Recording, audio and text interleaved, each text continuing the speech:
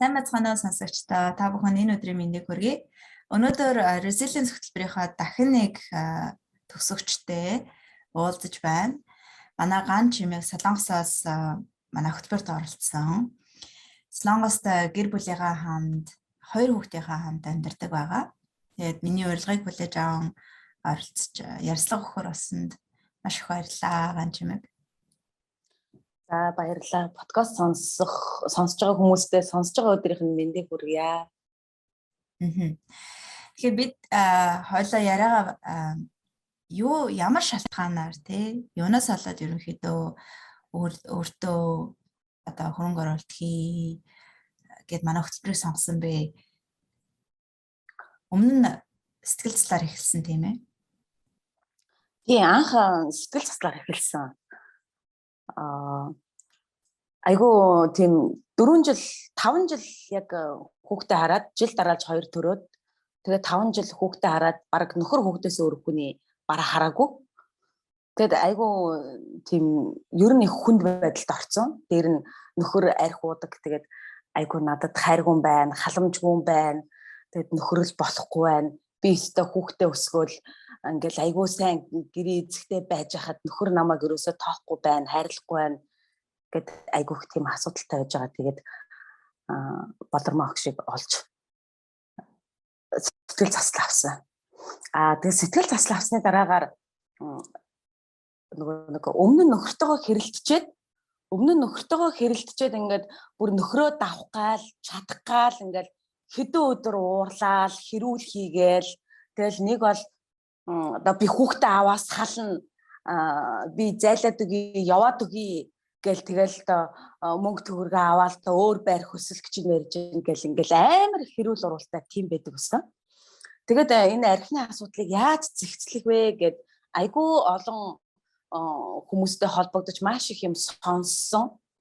Тэгээд хамгийн сүүлд нь болормоо ах шиг олж сонсоод тэгээд одоо нөхөр чинь арх уудаг байсан ч гэсэн байгаагаар нь хүлээн зөвшөөр гэдгийг би юус ойлгохгүйсэн. Яагаад байгаагаар нь хүлээн зөвшөөрүүлэх гэдэг нь чи арх уугаад ингээ намайг зовоогоод тахчихна ингээд. Тэгээд яг энэнийхээ учрыг олох гээд болормоо агчтай холбогдож сэтгэл заслаа авч ирсэн. Тэгээд сэтгэл заслаа авсны дараагаар шууд өөрчлөлт орсон юм нь болохоор нөхөртөөгөө тийм удаан хэрэлдэхэ болцсон. Тэгээд яаж анзаарсан бэ гэсэн чинь нөхөр маань нэг хол ажилд явах гээд олон хоногор хол ажилд явах гээд би тэгээд яг ууралж таарсан, хоол хийж таарсан. Тэгэл ууралчаал би хоолоо гаргаал 5 минутын дараа энэ хүн чинь амьдралаа авч явах гэж байгаа штэ. Ямар 6 цангил хөөцөлдөж явах гэж байгаа биш дээ. Гэсэн бодол шууд автоматар тархинд орж ирэл тэгэл миний уур арилцсан. Тэгэл нөхрөө хоолоо ид тэгээд сайн яваад ирээрэй гэл. Тэгэл нөхөр маань ч гэсэн хоолоо идэл амар баяртай хоолоо идэл тэгэл ажилдаа явсан. Хэрвээ сэтгэл заслаа аваагүй байсан бол тэгэл тэр хэрүүлээрээ дуусаал нөхөр маань ч гэсэн ууртаа уцаартай ажилдаа явах байсан байх. Тийм тэгээд сэтгэл засал авсны дараагаар бол уур гэдэг юм ингээд дороо намжаад ингээд эргээр шийдэгддэг болцсон байсан. Тийм. Тэгээд 3 сарын хөтөлбөрөө яагаад сонгосон бэ гэхээр хичнээн ингээд нөхрөө хүлээн зөвшөөрөөд тэгээд нөө сэтгэл заслах авахар бас бичлэг өгдөн штэ. Тэр бичлэг айгуу чухал байсан. Бичлэгээ би уйггүй сонссон. Тэгээд бичлэг ерөөсөө маш их нөлөөсөн. Тэгээд хичнээн бичлэгээ сонсоод ингээд амьдралд өөрчлөлт орсон ч гэсэн би өөрөө дотор талтай амар айцтай байсан. Ингээд хий төсөөлж айдаг. Одоо жишээлх юм бол гаднаас алуурч орж ирэл намайг ингээл хүүхдүүдтэй мань ингээл алах гэж юм ч юм уу те. Эсвэл ингээд манай эргэн тойрны авд ингээд амар хятадууд амьдардаг. Тэгэл ингээд хүүхдээ тэрвэрж явж байгаа л манай хүүхд жоохон мэралаг. Тэгэл яана энэ хятад хүмүүстэй миний хүүхдийг ямар хөөрхөн махтай юм бэ эдий гэж бодож байгаа бах та. Гэл тим юм төсөөлж айдаг. Эсвэл ингээд өөртөө амар хэрэлддэг. Ингээл өөрийгөө цагнаал, өөрийгөө байнгын шүмжлэл маш их тэгж өөртөө хэрэлддэг. Бас нэг хэцүү юм нь юу байсан бэ гэхээр ингээд хэл сурах юм уу эсвэл ямар нэг юм ингээд хийгээ. За одоо жишээ нь хэл сурах дээр ингээд аваад үзэхэд ингээд хэлээ сурах гэдэг би бичээл сууж явах юм бол тархин дотор нэг хүн уншуулч хурдан үгээ чийжлээ штэ. Уншилтаа чи гэл. За тэгвэл уншия гэж уншингууд Үгүй чи бичих юм бол хурдан жижлээ хурдан сурна шүү дээ гэл ингээд дотор талаас маань нэг хүн ингээд намайг адгуулад ингээд ердөөч 50 суулгадгүй ердөөч юм хийлэгдэггүй гэх жишээний ийм асуудлууд байсан байхгүй юу. Тэгээ би ийм өөрөө ийм асуудалтай байгаад тахаар доторх асуудалтай байгаад тахаар гэр бүлдээ бас амар асуудалтай. Хэдийгээр яг нөхөртөөгөө асуудал ингээд тодорхой хэмжээнд сэтгэл засал аваад шийдэгдсэн ч гэсэн яг өөртөөгөө ингээд нэг юм тэмцэл өөрийгөө яагаад байгаагаа мэдэхгүй. Тэгээ дээр нь дотроо тийм болохоор би хүүхдээ амар их хүчрхийлдэг байснаа мэдсэн. Одоо жишээ нь ингээд хүүхд маань ингээд памперснаас гараад шинэ орондоо унтж байгаа хгүй дөнгөж 2 хүрхгээл байж 2 гарантай хүүхэд штэ. Тэгээд яг шинэ орондоо шийдэж байгаа юм л да. Тэгэл халууд үгээл яг бодсон ороод мэдэгдэнгүүт би шууд уурлал унтж байгаа хүүхдээ ууц татаж босгож ирээд шээжлээ чи гэж амар загнаал. Нөгөө хүүхд чинь бүр ингээд нойрноосоо бүр нүдэн бүлтгэнцээ айцсан сэрдэг байсан байхгүй юу. Тэгээ би яг тэрийг анзаарангуут хүүхдийн айсан царайг анзаарангуудаа би юу хийгээд байна.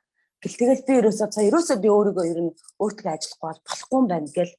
Тэгэл дахиад нөгөө багшийн нөгөө тархины фитнес групп руу ороод ингээд юм үзэл. Тэгэл 3 сарын хөтөлбөр зарлагдж байгаа мэдээллийг аваад тэгээд үнэ асуусан чинь нэлээд жоохон өндөр байсан. Тэгээ би ах уу яах уу гэд маш их хэрэгэлсэн мөнгөө төлж чадах уу ах уу яах уу.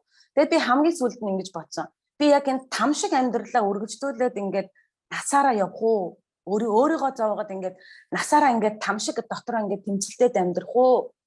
Би зөвхөн 3 сая төгрөг өгөөд би асуудлаа шийдээд насаараа жаргалтай амьдрах уу гэдгийг бодоод тэгээд шийдээд багшаасаа гуйсан.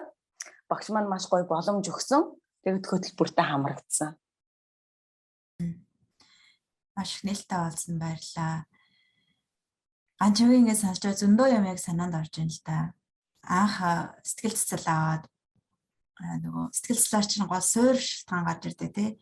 Ягаад өнөөдрийн одоогийн амьдрал дээр тулгараад байгаа асуудал одоо юунаас үүдэлтэй вэ?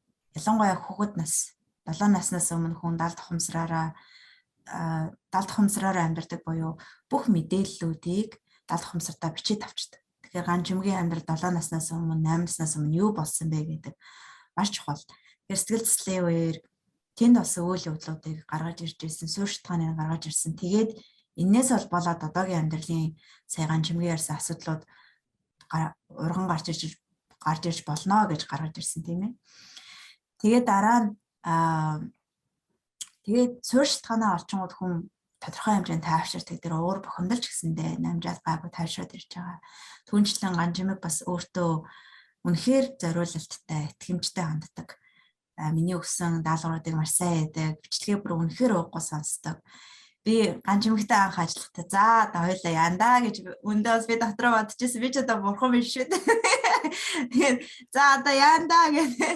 Гэхдээ үнэхээр итгэмжтэйгээр бүх юмнуудаа гайхамшигтай хийдэг. Миний төсөөснөөс ч илүү одоо их өөрчлөлтийг амссан.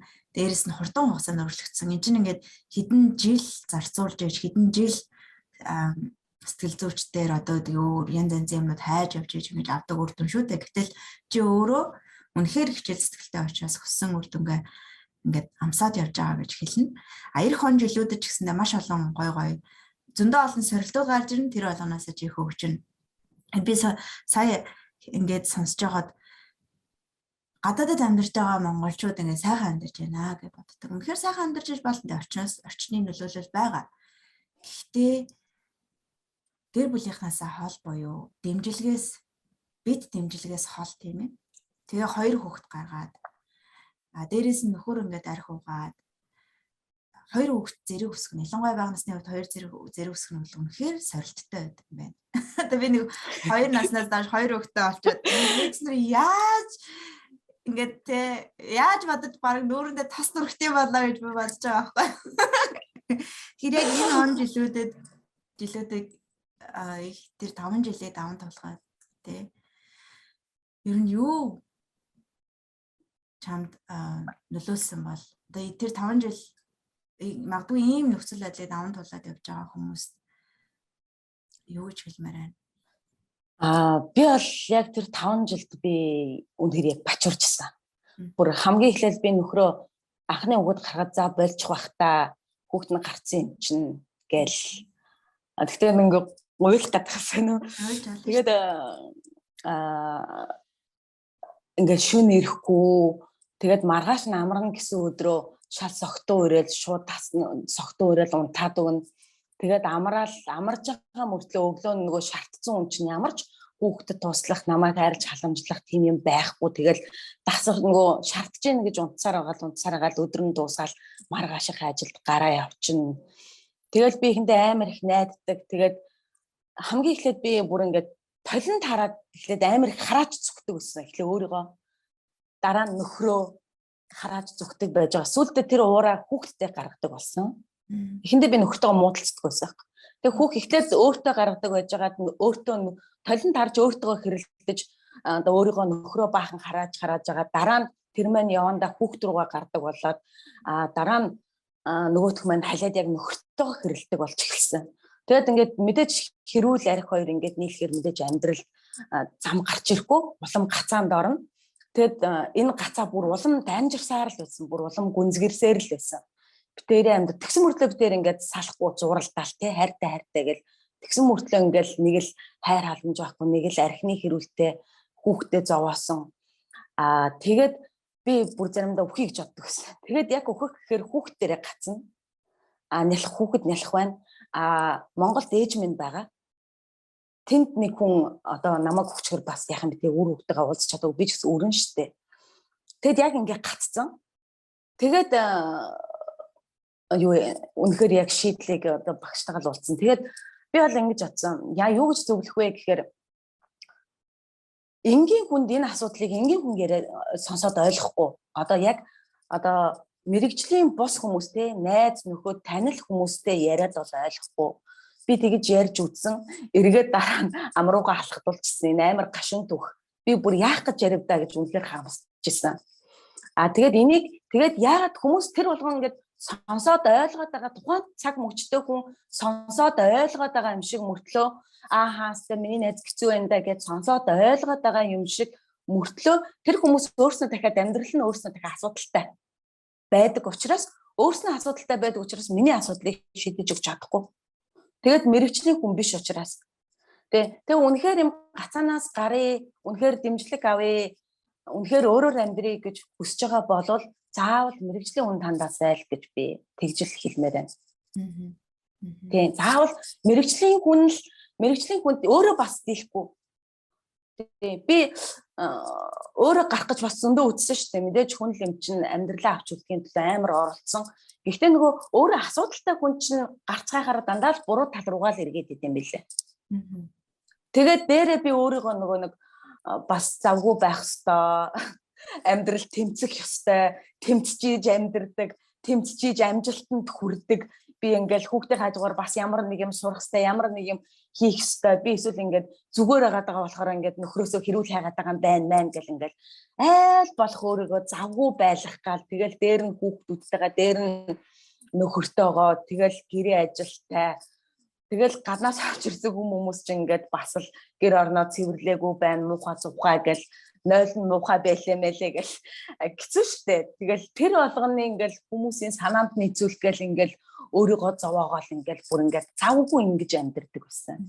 Тэгээд багш анх сэтгэл заслаа авахад багш намайг бүр ингээл төрөөд нөгөө нэг сэтгэлийн дэмжлэг аваагүй юм байна гэсэн чинь миний бүр нөлөөс шууд асгараал би бүр асгартлаа ойлцсон. Хөөх ингэж намайг ойлгох юм байна. Ямар гоё үг вэ гэж би бүр өстө асгартлаа ойлж ирсэн. Бүр амар санаж байна. Тэгээд нэг 2 дахь багшийн нэг санаанд орж ирсэн юм. Намайг 1 минут ч хамаагүй зүг юу ч бодохгүй, юу ч хийхгүй суугаад үз. Чи заавал 1 минут ч хамаагүй суу гэдэг үг миний тархинд бүр дон гэд орж ирсэн. 3 дахь болохоор багшийн бас нэг хэлсэн юм нь нөхрөө өөрөө ингэ тайван байхгүй болохоор нөхрөө тайван байлгаж чаддгүй юм байна. Тэгээд нөхөр чинь чиний дэргэд тайван байж чадахгүй, чиний дэргэд амгалан байдлыг ингэж мэдэрч чадахгүй болохоор бусдаас гаднаас найз нөхдөөсөө тэр амгалан тайван байдлыг илэрхийлээд нөхөр чинь гадагшаа эрэлхийлээд гадагшаа яваад байгаа юм аа. Гэдэг юм ингээ бүр ингээл миний биеэр ингээл урсаал бүр ингээд цуснд мэдрэгдсэн. Тухайн үед ярилцж байгаа л ийм зөвлөгөөний төгсөх. Би эргээ санахгүй л байна яг ингэж хэлсэн хэсгээ. Тий яг үнэхээр яг багш тэгэж хэлээд тэгээд надад тэр нэг хулганы жишээг багш хэлжсэн байхгүй юу. Ингээд хулган ингээд дугуйн дотор эргэлдээд ингээд тэрвээ зогсох юм бол гарцаа олж чадна. Зогсохгүй эргэлдээд байгаа учраас одоо гарцаа олж чадахгүй байгаа маа ганч ингээ. Тэгээд чи яг энэ хулган шиг болцсон байна. Тэгээд чи одоо наад амьдралынхаа энэ амар завгүй амьдралынхаа заавал хий бүтээ амжилтанд хүр гэдэг энэ амьдралынхаа энэ эргэлтийг зогсоогоод 1 минут ч болтгой 50 суугаад хаа гэж хэлчихсэн байхгүй. Тэгээд би яг өөрөө хулганаар өөрийгөө төсөөлөө за би тийм байна гэд. Тэгээд би 50 сууд сурсан. Өөрийгөө 50 байлгаж сурсан. Тийм байна. Тийм нэг тийм. Юм ярихлаар их хурдан яриад, хурдан ингээл хөдлөөл.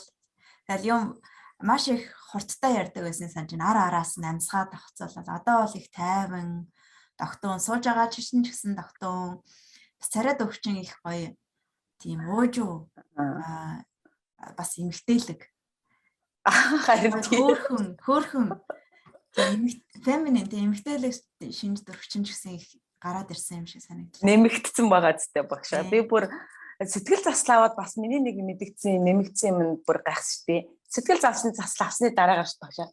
Би анх удаа пинк ягаан октодын ягаан өнгөтэй таарч худалдаж авсан гэдэг. Одоо би бүр гайхаад хүүе би одоо ийм нэлцгай өнгө гэж боддог. Би тэр пинк өнгөийг би одоо яг тийм өнгөнд дурлаад байгаа юм болоо бүр гайхаад. Тэгээд би түрүү жил сэтгэл заслаа авчаа би ягаан өнгөтэй таарч өмсөн чинь 100 өнгөрөөсөн бүр айгуу сонио. Тэгээд би дандаа шорт өмд өмсдөг. Энэ жил би дандаа юбг палаж өмсөж байгаа. Бүр яагаад тийг мэдэхгүй бүр цаанаас л би юбг палаж худалдаж аваад өмсөд байгаа. Амар инээдтэй. Гой зөөлхөн эмгтээлэг харж байна. Тэгэхээр бидний дотор угаасаа эмгтээлэг шин чанар байгаа. Эрэгтэй хүний дотор ч гэсэн байгаа. Бид нар яагаараагүй энэ дэлхий одоогийн баригт одоо бий болчихсон байгаа дэлхийд нийцүүлэхийн тулд эмгтээлэг шин чанараа дардаг тийм ээ. Тэгээд яг өөрийнхөө болоод ирэнгүүт өөрөө тэр байгалаа зайсан жинхэнэ хүчээ нээгээд өөрийгөө дотоод одоо нэг хүчүүдээ нээгээд би хинбэ гэдгээ ухаарад ойлгоод өөртөө уулзаад ирэхлээр эмэгтэй эрэгтэйлэг шин чанар нь тэнцвэртэй болж эхэлж байгаа. Тэр аль хэдийн одоо манай ганч эмэгт бол гайхамшигтай хийдэг те бүтээдэг цацалтгүй одоо урагшилдаг тийм эрэгтэйлэг шин чанар байдаг. Одоо л эмгтээлэг шин чанар илүү их тодроод ирсэн байна шүү дээ тийм ээ. Тэгээ нэг зүйлийг би бас тодруулж асуу гэж бодлоо. Чин тухайд уртахгүй ярихгүй байсан ч болно. Тэгээ хүмүүс сонирхчиж магадгүй. Хүн ер нь яагаад нэг мэтгэд тэр хулган шиг гэгүүгээл зогсолтгүй завгүй байгаа л 1 минут зогсож чадахгүй юм цоцолтгүй урагшилждаг юм бол одоо юм цоцолтгүй тэмцэгч болчтой юм болоо. Нэг талаараа биднийг урагшлуулаад байгаа юм шиг боловч нөгөө талаараа маш их гацаанд оруулж яадаг гэдгийг ганчмэг амьдралаараа мэдэрсэн байх шүү дээ. Тэгэхээр магадгүй ганчмэг чи өөрийнхөө түүх дээр өөрийнхөө амьдрал дээр ингээд тусгаад харахад эргээд бодоход юунаас болоод ганчмэг тэмцэж ер нь л бүр Монголд байхын баг байхын энэ бүр миний бүр багын амьдралаас эхэлсэн юм шиг байна. Бүр баг байхаас одоо жишээ нь ийм жишээнүүд байна л да ингээд жишээ татаад явхад манай аавын дүүгийнх одоо намайг цэцэрлэгт байхад шүү дээ. Би тэгээд би ихтэй маш багынхаа амиг аягүй сандаг. Бараг 4 наснаас дээш хэмээн сандаг. 3 наснаас уртрыг бол мэдэхгүй байна. Тэгээд 4 нас тавьцаад байсан юмнуудыг би ер нь ихэвчлэн сандаг байхгүй. Тэгээд манай аавын дүүгийнх манай хашаанд буугаад тэгээд тэднийх бас нэг надаас 2 3 дүү охинтой. Тэгээд бас айгүй айхтар тийм нэг тийм бие даацсан юм уу? Ер нь нэг тийм миний чиний гэсэн юм уу айгүй мэддэг тийм айгүй айхтар охин байсан. Тэгээд ээж маань намайг тэрнтэй амар хайрцаадаг. Чи тэрийг хар. Тэгэхэд чи өөрийгөө хар гэж амар загнадаг байсан. Дараа нь манай надтай чацуу манай аавын ахыхтай нь манай хөдөө гараад бас тэнд юу яасан? Амьдэрсэн. Тэгэнгүүт бас би доороо яг нөгөө нэг эмэгтэй дүүтэй. Тэгээ тэрнтэйгээ маш их харьцуулагддаг байсан. Одоо жишээ нь ингээд бид хоёр ингээд цэцэрлэгт явах гээд ингээд малгайгаа хайсан чинь бид хоёр ингээд малгайгаа олоод ир гэсэн байхгүй юу. Тэгсэн чинь манай дүү маань олоод ирсэн. Би болохоор малгайгаа олоогүй. Тэгсэн чинь манай аав маань намайг алгадаад чи дүүгээ хар дүүгээсээ 7 дор гэд ингээд харьцуулж байгаа байхгүй. Дүү чинь малгайгаа олж ирч чадахгүй хахад олоод ирж яхад чи малгайгаа олж ирч чадахгүй байна. Чи их чинь эзтэй. Гэл те. Тэнгуү тэр надтай чацсан хамаатны хүүхэд ингээд хөдөөний хүүхэд тэргүүл хөдөө өссөн хөдөөний амьдрал айгуу сайн мэддэг хүүхэд байгаа шүү дээ. Тэгэл намайг тэрнтэй харьцуулаад дөнгөж хөдөө гарсан хүүхдээ би дөнгөж 7 настай л байсан. 7 нас өнгөрч исэн. Тэр хүүхэд тийм чадчих чи чадахгүй байна.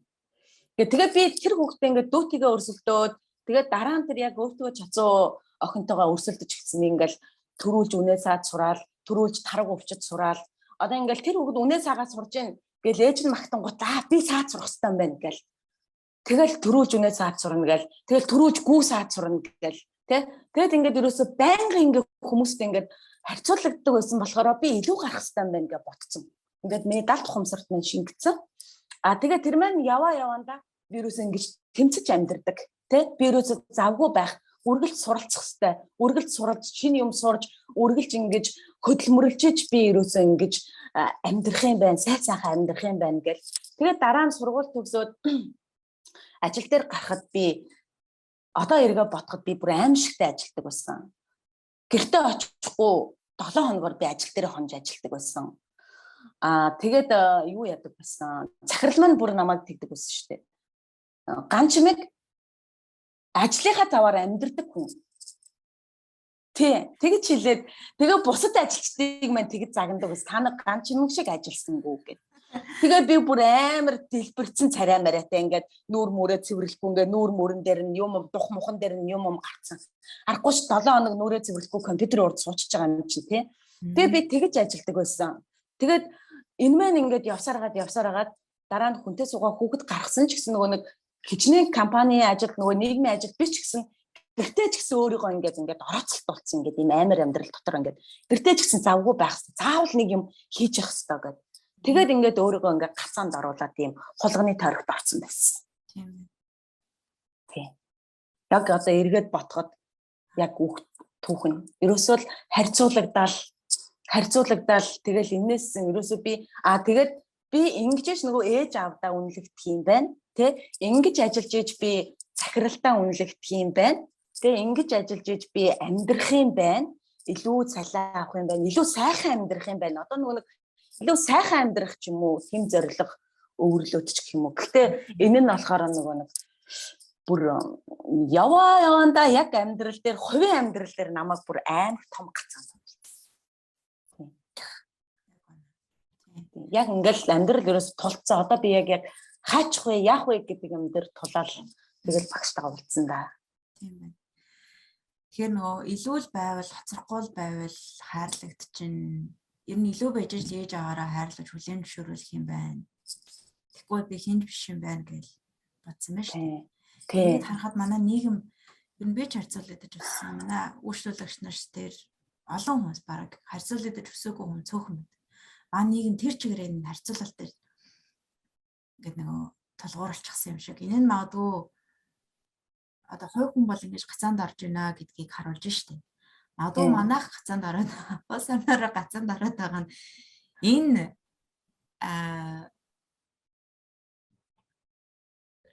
хэв дардас гэх юм уу. Энэ ингээд тавтагдаад байдаг.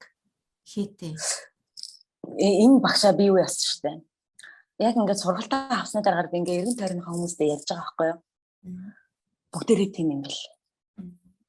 Би үнэхээр тэгээ бүгдээрээ нөгөө дотроо гомдолтой хин нэгэнд гомдсон. Ер нь дандаа ингээд ярийн сонсохоор дандаа бага наснда аавда ээжтэй гомдсон гомдолтой. Яг тийм одоо ингээд бас таньдаг энэ манай нэг ээж мэнэдэг байхгүй юу?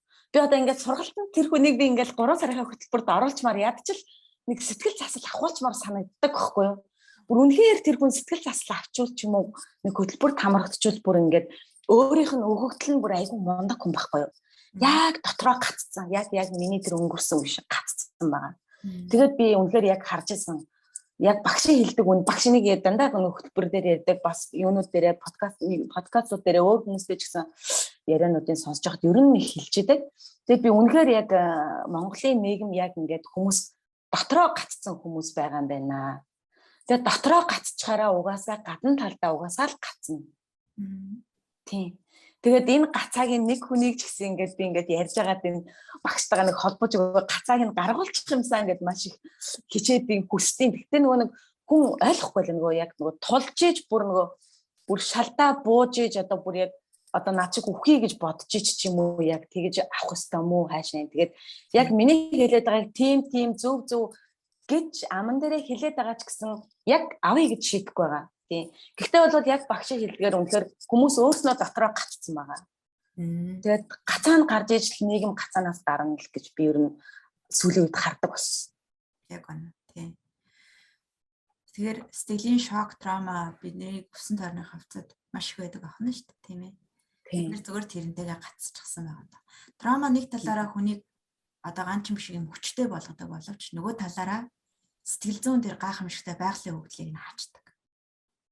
Хүн харахад одоо манай өмнө нь бол яг нөө ганчимэг аастай захирлан магтаалтай ийм цоцолтгүй ийм тэмцэгч хүн байж иж манай их орон дайчин хүнтэй байж иж манай байгууллага хүчин та нар ийм байгаач гэдэг боловч нөгөө талаараа жинхэнэ хүчээ бол яг нөө ганчимэг ашиглахгүй байсан байх нь шүү дээ. Тэгэхээр жинхэнэ бүтээмж нэг талаараа байгууллагын захирлуу сонсож байгаа бол тийм ээ жинхэнэ бүтээмж бол дотоодоос гарч ирдэг. Үнэхээр бүтээмжид хөрөнгө оруулалт хий гэж бодож бол хүмүүсээ дайчин бай, ганчмаг шиг бай гэж за урайлахын оронд тийм ээ зогсолт хийх боломжуудыг нөхөх хэрэгтэй. Өөрлөгөө хайх боломжуудыг нөхөх хэрэгтэй байхгүй. Тэгэхээр ингээ яриад байвал хоёлаа ингээл яриад байна л да. Тэгэхээр хоёлаа би түрүүн анх ярианы ихэнд дурдсан хоёр жоохон хүүхдтэй хийнэ арх удаг нөхөртэй хамт амьдрах хэцүү шүү дээ. Тэгэхээр одоо нөхөрчин бол ингээд уухаа болцсон. Би багсгцсан гэж хэлээ да. Энэ асуудал байхаа болчихсон гэж чи надад хэлсэн тийм ээ. Тэгэхээр тийм байх гэж би бодож надад угаасаа ингээд царай төрхөн дээр ч байгаа байдал дээр ч бүх юм дээр ч харагдаж байна. Тэгэхээр магадгүй эхлээд хэрхэн гэдгээсээ өмнө одоо энэ өндөрлөгөөс харахад гэдэг шиг чи өөрийнхөө дотоод ертөнц рүү хараад гээд нөхрөө харахад юунаас болоод нөхөрчин уугаад байсан юм шиг байна. Хизэнээс юунаас болоод бас ингэж уухай болиё гэдэг сэтлүүд нөхөрчин гараад ирв.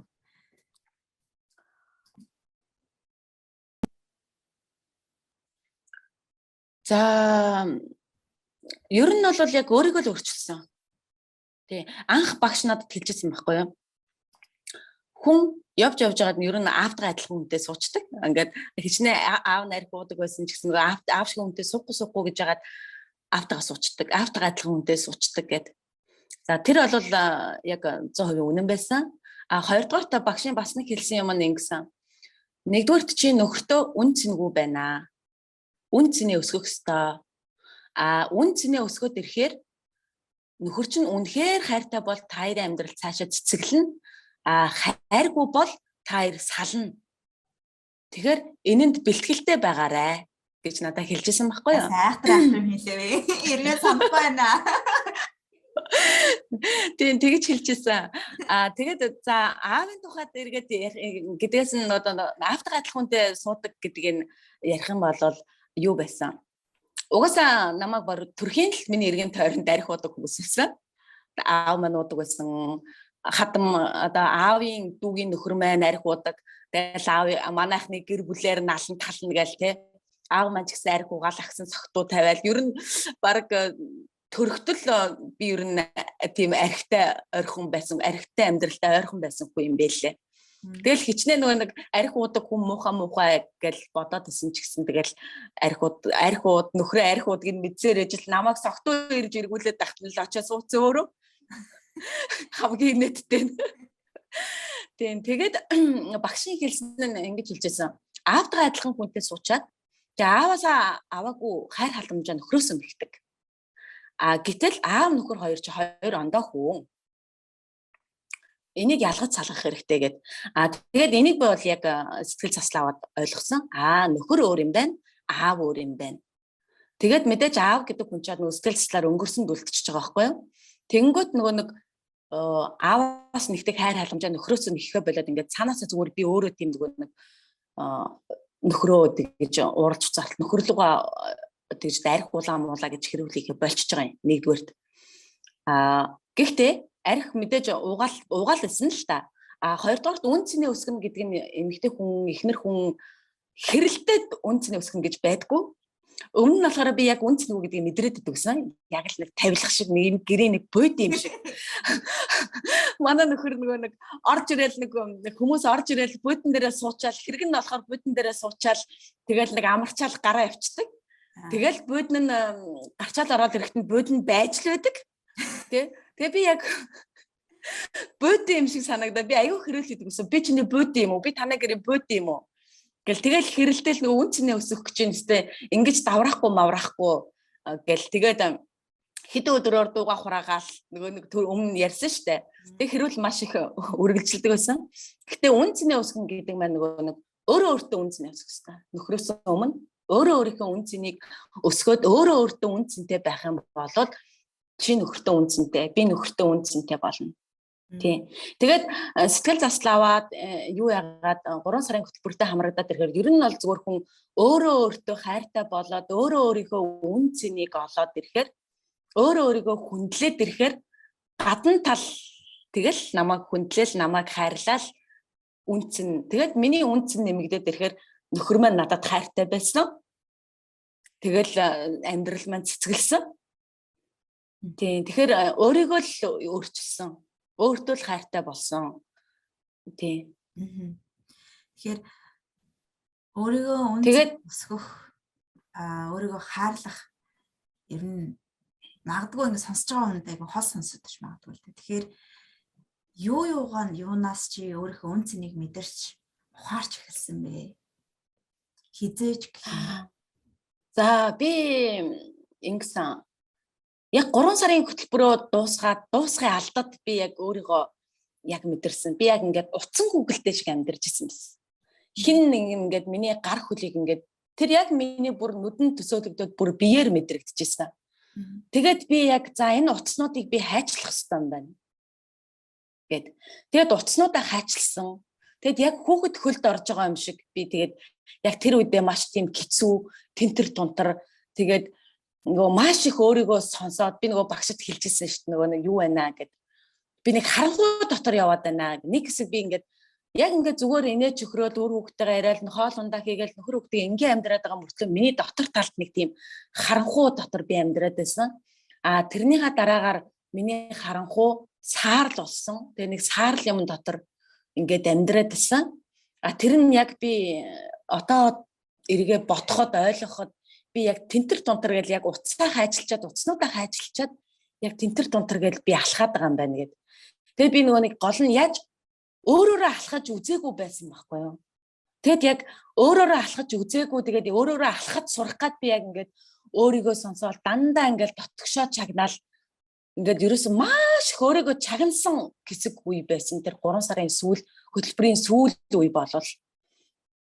Тэгээд би яг өөрөөрөө хөдөлж эхлээл би өөрийгөө одоо олж эхэлсэн гэх юм уу та таньж эхэлсэн. Тэгээд хүмүүс таалагдах гэж хичээхээ болсон. Өмнө нь би бол ерөөс дандаа хүмүүс таалагдах гэж тусалдаг ч юм уу те хүмүүс таалагдах гэж ярьдаг.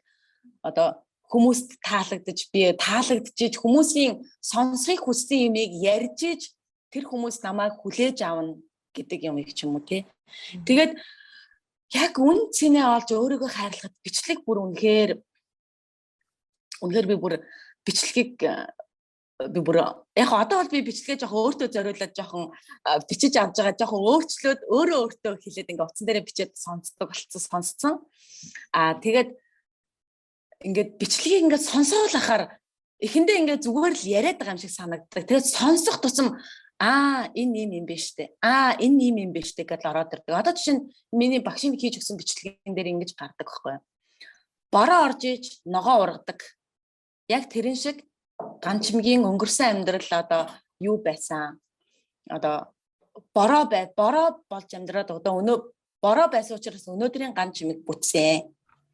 Хоёрдугаарт бас нөгөө юм байдаг.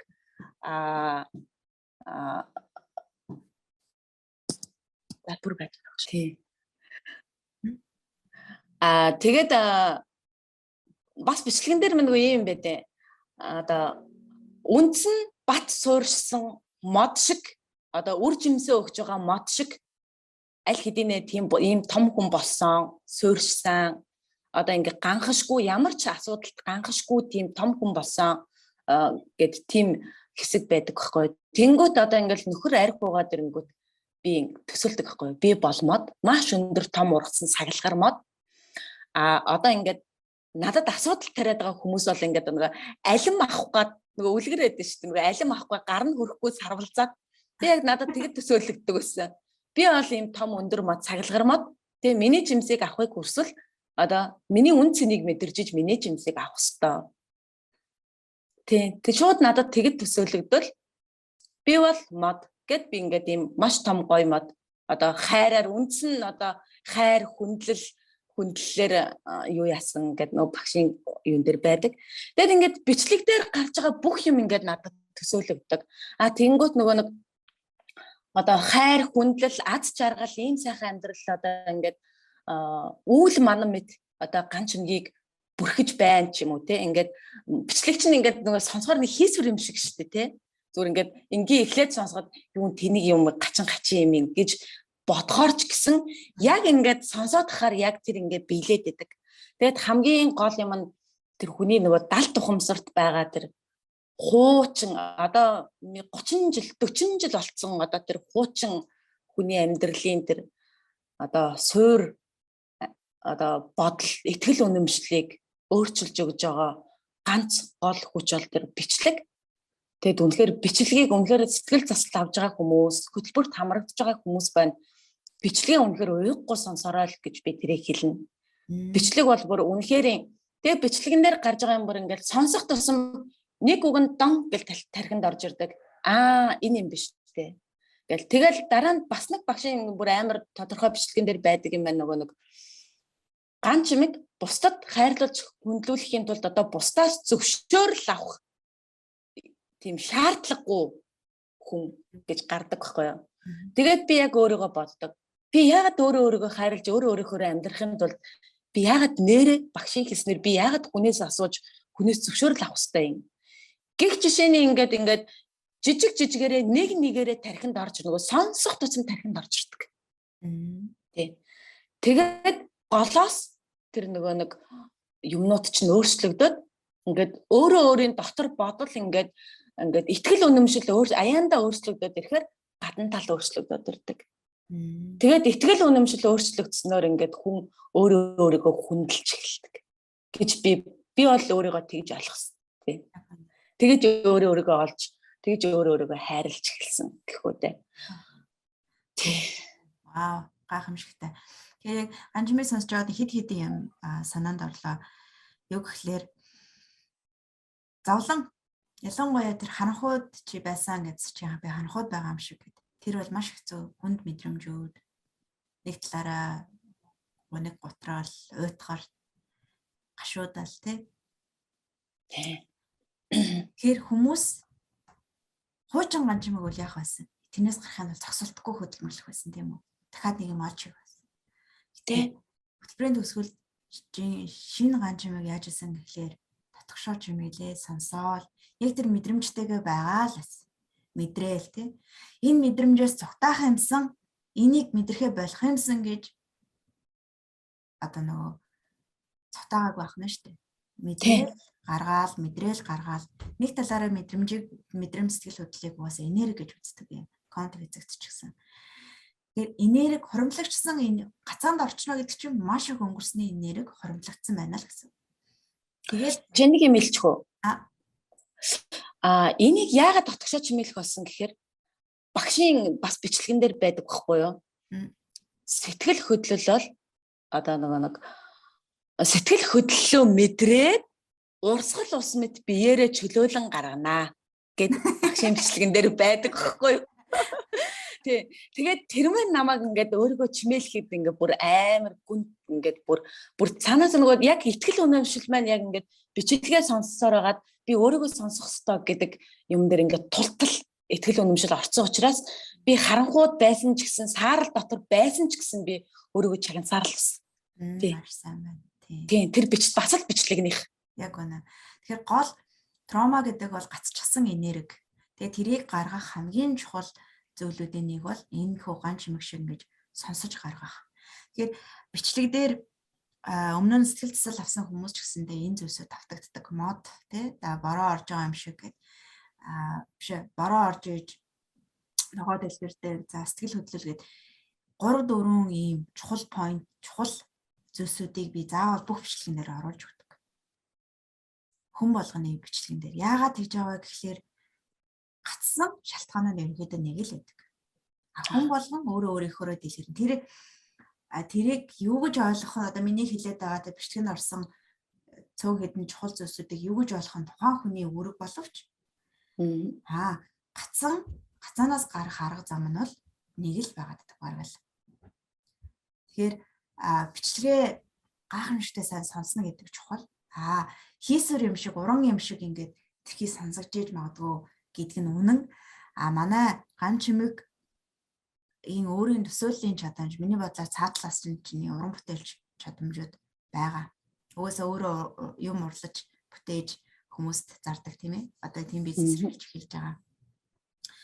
Угаасаа чиний төсөөллийн баруун дарагч илүү хөгжчихсөн уран чадамж өгсөн учраас ингээд миний төсөөллүүд чиний амьдрал дээр шууд бодит зургаар ингээд одоо тэр ашигласан дүр зургууд чиний нүдэнд амилж бууж ирээд илүү их хурдан илүү боттойгоор амилж байгаа. Тэр чинь өөрөө төсөөллөөрөө жинхэнэ амьдралаа бүтээгээд байна шүү дээ тийм ээ. Одоо ингээд энэ нөхөр ингээд уухаа багсгаад амьдралын амтыг мэдрээд явах чамд ямар байна? Өөр хүүхдтэйгээ харилцаа чинь гэсэн яаж өөрчлөгдсөн бэ? За нөхрийг яг уухаа болцсон гэж бас 100% хэлэхгүй. Тий. Энийг яагаад би нөхөр ууж байхад би ингээд амгалан байгаад байгаа вэ гэхээр 3 сарын хөтөлбөрт хамрагдчих байхдаа би яг арх гэдэг юм яагаад миний уурыг хүргээд яагаад намайг ингээд стресстүүлээд миний амьдрал зовлон болоод байгаа юм бэ гэдэг юм ойлгосон байхгүй юу. Тэгэд энийг яаж ойлгосон гэхээр бас л нөгөө дотгошоо чимээсээр өөрийгөө чагансаар байгаа л.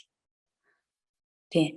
Тэгээд бага насны маань дурсамжинд ерөөсөө энэ арх гэдэг юм нөгөө намайг төрөхөд байсан учраас ингээд надад айдас болоод надад шингэцэн байсан юм билээ. Тэнгүүт би нөгөө нэг арх уусан хүн аймар гэдэг үүднээс хандаад тэр өнцгөөс нөхөртөөгөө харилцдаг. Тэгээд нөхөр арх уухгүй байвал би амгалан тайван байна гэж би боддог байсан юм байлээ. Тэгээд хөтөлбөрт хамрагдаад ирсэн чинь би айгаад байгаа юм байна. Айдас юм байна гэдгийнхээ учрыг нь олсон. Нэгдүгээр хоёрдугаар болохоор аав нөхөр хоёр бол ондоо хүн гэдгийнхээ учрыг олж байгаа. Тэгэхээр нөхөр арх уусан ч гэсэн би тайван байдаг болцсон. Нэгдүгээр хоёрдугаар нөхөр маань угаасаа бүр тэгж амар уухаа болцсон. Зур хаанаг одоо нэг хүмүүс нэг хаанаг уудсан штэ тий. Би бүр хаанаг уухтан ч хүртэл уурладаг гэсэн. Тэгээ одоо бол хаанаг уун гэртээч хаяа бид хоёр хамтдаа пи хувааж уун. Энэ нь ингээд асуудал биш болцсон. Тэгээд юу яажсан? Яг би өөрөө амгалан байгаад ирэхээр нөхөр яг намайг дагаад амгалан байдаг. Тэг гадагшаа явах болчихсон юм лээ. Багшийн анх хэлсэн нөгөө нэг нөхөр чинь чиний дэргэд тайван байдлаа мэдрэхгүй байна гэж хэлсэн юмыг би яг бие дээрээ хэрэгжүүлээд өөрөө тайван байгаад ирсэн чинь миний нөхөр гадагшаа явгаа гарч явгаа болцсон гэхгүй те. Одоо найз нөхөд гэж гүөхэ болоод ингээд илүү миний дэргэд байж илүү намайг харах дуртай, илүү намайг магтаж, илүү намайг тийм хайрлаж бэлэг авч өгдөг нөхөр байна. Сая өнгөрсөн Валентинаар цэцэг хүртэл авч өгсөн. Тэгээ надад нэг гоё пүүз авч өгөх гээд ажиллаад хараад дэлгүүр рүү явсан чинь даанч нэг ажил нь оройд тараад дэлгүүр нь хаацсан байсан гээд тэгээ бүр бэлэггүй орж ирчих гээд ахаар нь юунаас нөгөө нэг ягийн хаагаагүй хаагч исэн дэлгүүрээс гуйж цэцэг худалдаж аваад ирсэн. Ямар хөөрхөн юм бэ? Тий. Гэх жишээний тэгээд нөгөө би өөрөө амгалан болоо. Тэгээд дээр нь бас нэг хоёрдугаар тэр нөгөө нэг юу юм бэ лээ. Арх гэдэг үгийг өөрөө угаасаа хэлэхэ болцсон. Хүний далд ухамсар нөгөө нэг битгий бол, битгий уухаа бол, арх уухаа бол гэдэг хар нөгөө нэг хүний далд ухамсар битгий бол гэдэг юмыг хүн мэддэггүй. Уугаарай л гэж хүлээж авд юм байна л да. Тэнгөт нь би шууд арх уухаа бол, битгий арх уу гэдэг үгийг үгийн сангаас авч хэлсэн. Ямар үгээр авсан? Тий. Гэхдээ угаасаа л тийм үг хэрэглэхэ болцсон. Уусан ч би чи уучлаа гэж загнахаа болсон. Уусан байсан ч гэсэн 50 амгалан тэгээд унтараа мунтараач гэдэг юм уу. Тэгээ өөрийгөө айгу 50 байлгаас сурцсан. Одоо нэгэн дууцсан үнийг би одоо яах вэ? Гэт ингээ хүлээн зөвшөөрөөд тий. Нөгөө багшийн хэлдгээр нөхрөө байгаагаар нь хүлээн зөвшөөрөв. Тэгээ яг байгаагаар нь хүлээн зөвшөөрсөн. Тэгээд арх гэдэг үгийг юу яхаа болсон. Тийм арх уулаа гэдэг үгийг үгийн сангаас хассан. Тэгээд аав нөхөр хоёроо харьцуулахаа болсон. Тэгээ бас нэг юм хэлэх гэжсэн юу хэл мартчих та. За сануул би хэлээ. Тэгээд ерөнхийдөө ингээд нөхөр уусан ч гэсэн би одоо тоохоо болцсон ч юм уу ер нь ингээд зүгээр л тайвна. Зүгээр л энгийн амьдрал үргэлжилдэг болсон. Хүүхдүүдийн хувьд гэх юм бол за одоо хүүхдүүд рүүгээ уурлаагүй одоо хичнээн ч удаж байгаа мэдхгүй. Тий. Том хүүхд мөхтэй загнаж магнаагүй мэдхгүй хичнээн ч удаж байгаа ёстой мэдхгүй. Айггүй тийм. Тэгээ хамгийн амар нь юм байлаа шүү дээ. Ялангуяа нөгөө том хүүхэд яг нөгөө хүүхэд дүүдээ ямар зан гаргаж байна. Яг тэрнээс би өөрийгөө олж харж байна. Хүүхэд дөрвгөө хашгираал дүүгээ цохиж аваал. Тэгэл тийм эвгүй характер гаргаадах юм бол би тэр хүүхэдтэй тэгж харьцдаг юм байна л гэсэн үг. Тэгээд тэндээс би хүүхдээ олж хараад өөрийгөө олж хараад бас миний нөлөөлсөн юм. Тэгээд одоо ингээд цэцэрлэг дээр нь хүртэл ярьдэн штэ. Ананд бүр амар сайхан сэтгэлтэй, амар халамжтай. Одоо ингээл цаката гэдэг нөгөө тэр нөгөө солонгосоор бүр маш тийм сайхан сэтгэлтэй ингээ найзуудаа хүртэл халамжилдаг гэж байгаа байхгүй ангида. Тэгээд дөө мөгөө хүртэл тэрж аваад л дүүн гомдонгууд тэрж аваад л үнсээд л аргадаад л тэгээд би тэндээс би одоо хүүхдтэйгээ зөв харилцаж байгаа юм байна. Тий. Тэгэд яг хүүхэд яг ээжийн аавын тол байдаг. Тий. Тэгэл миний амьдрал ийм л болсон. Үнэхээр гоё. Тэгэхээр хүүхэд өөрчлөгдөх амархан байгааз. Амар амархан. Тий. Эцэг эхчүүд л өөрсдөө өөрчлөгдөх хэрэгтэй. Тий. Хүмүүс хүүхдээ өөрчлөсөн гэж над руу хандаад байдаг. Ээж аавд өөрөө өөрчлөгдөнгүүд аяндаа хүүхэд үлгэрлээ л өөр болчдөг. Тэгдэм байна лээ. Яг өөрийгөө л хардаг. Тийм хүүхдээ өөрийгөө хармаар байвал хүүхдээ л харах. Би тэгж л бодсон, ойлгосон. Гэтэ энийг сонсож байгаа хүмүүс бас магадгүй хүүхдтэйгээ зүй зохисгүй харцдаг бол өөрийгөө гимшээж хичээгээд яхав тэ тий. Гэтэ гарц байна гэдгийг олж хараарсаа хүсэж байна. Өөрийгөө уучлаарай багш. Өөрийгөө гимшээж хичээгээд шүүмжлээд загнаад гэдэг дээр нэг юм бас би санчлаа. Юу яадаг гэсэн. Би өмнө нь өөртөө ярихдаа харилцахдаа дандаа ган чимгээ чи тэгчлээ. Ган чимгээ чи ингэчлээ. Чиний буруу. Чи ингэх ёсгүй байсан гэж дандаа тэгж ярьдаг байсан. Тэр нь болохоор нөгөө 3 сарын хөтөлбөрөөр нөгөө шүүмжлэгчээ таниад өөрийгөө яагаад ирэхээр бас өөрчлөгдсөн. Тэгээ одоо би өөртөө юу гэж ярьдаг вэ гэхээр би ган чимгээ би тэгсэн штэ. Ган чимгээ би ингэж болно. Би тайван байж болно. Би зүгээр сууж болно. Гэ дандаа би өөрийгөө би гэж ярьдаг болсон. Өмнө нь болохоор би ингээд чи гэд ингээд өөрөөсөө ямар нэг юм ингээд тусна салгаачдаг. Тэнгүүд дотор талаасаа ингээд намайг нэг бас нэг хүн те би нөгөө анх ярихад хэлчихсэн штэ. Одоо чи уншаач. Одоо чи бичээч гэл те. Тэгээ тэр мэн би өөрийгөө ингээд чи гэд би өөрийгөө салгачаар тэр хүн маань ингээд намайг эргээд загнаад идэх ч юм уу те. Тэгэхэд одоо би өөрийгөө би надад хамаатай би тэгэж болно. Эн чин би гэд ингээд би хөөрхөн байна, би сайхан байна. Би унтаж амарч болно. Би зүгээр сууж болно штэ. Би кино үзэж болно ч юм уу те. Ингээд өөрийгөө ингээд би гэд яриад ирэхээр тэр нөгөө тархин дотор байсан тэр нэг яриад байсан хүн алга болсон. Гэтэ би нэг бас үл данзаарч. Нэг мэдсэн чинь намайг тэгж загнадаг хүн байхгүй болчихсон. Би бүр гайхаад.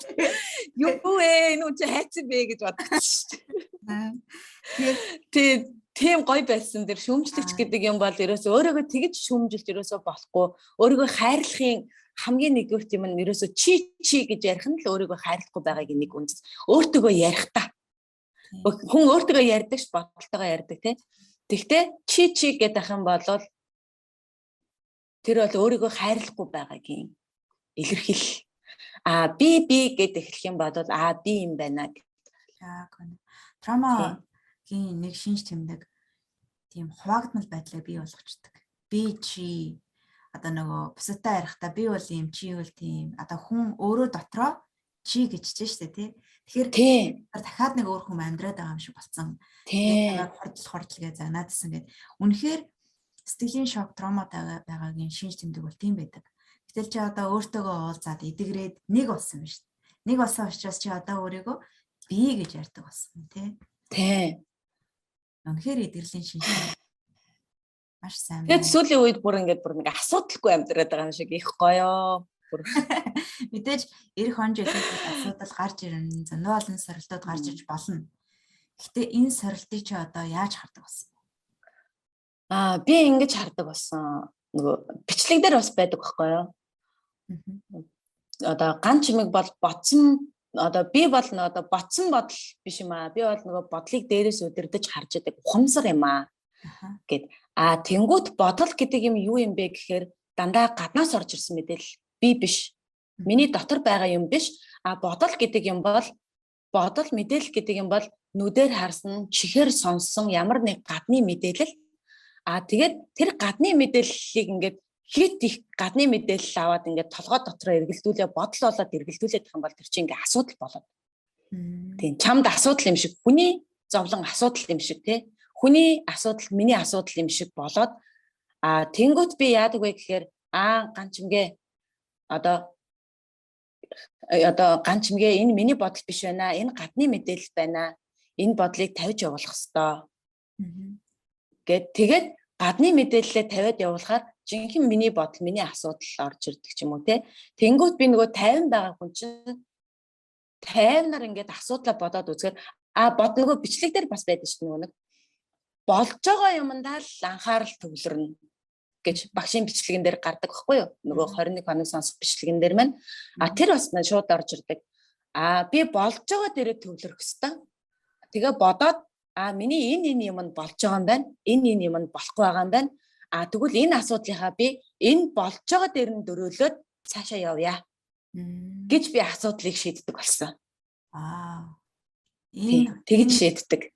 Энэ их том ойлголтууд одоо эн чинь ингээд толгоогоороо мэдээд байгаа юм шиг боловч яг биеэр бие дамлаад хоромд тухайн мөчүүд ингээд амьлах үнэхээр олон жилийн хөдөлмөр шаардлагадаг. Дээрээс нь би зүгээр ингээд сонсч байгаа чи үнэхээр бичлэгийг гайхамшигтай сайн сонсчээ. Тэгсэн.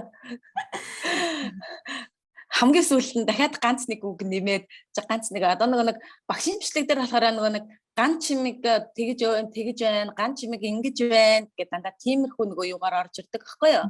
Угаасаа бичлэг тэгж явдаг шүү дээ. Тэрүүнийг нь би ган чимэг гэдэг юм би тэгж байна, миний юм тэгж орж ирж байна гэдэг үгээр солилцсон. Тийм болж штэ. Тийм, тэгж солилцсон. Тэгээд тэрийг байнга сонсдог ч гэх юм уу. Тэгэхээр ингээд бүр гоё наалттай болж ирсэн. Тийм.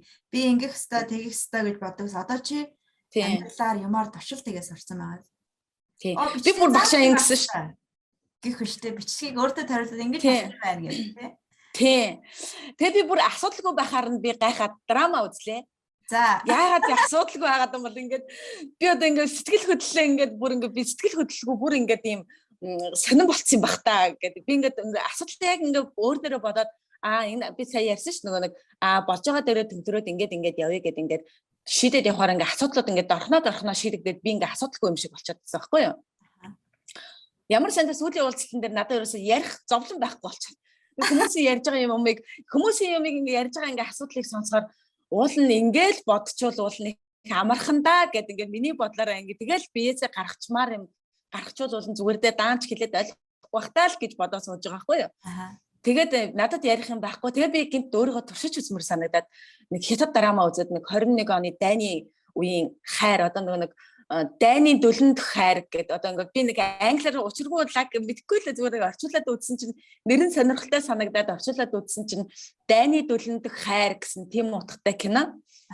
Тэгээд ингээд тэр хүмүүсийн хоорондын хайр сэтгэл ингээд үйлцээд ингээд зовлон мовлын ингээд их ингээл тэр хүүхнээ эргүүлээд л нөгөөх нь ойлгохгүй цаашаа яваад л тэгэл нөхрөн залуун шаналаад л эргээл юун шаналаад л ингээл тэгсэн чи би гигэлзээд дагаад сэтгэл өвдөд. Тийм байлээ шүү дээ амарсан. Тэгээд би яг гадны мэдээлэл хүний бодолд, хүний сэтгэл хөдлөлд ингэж нөлөөлд юм байна гэдгийг би амар мэдэрч авсан.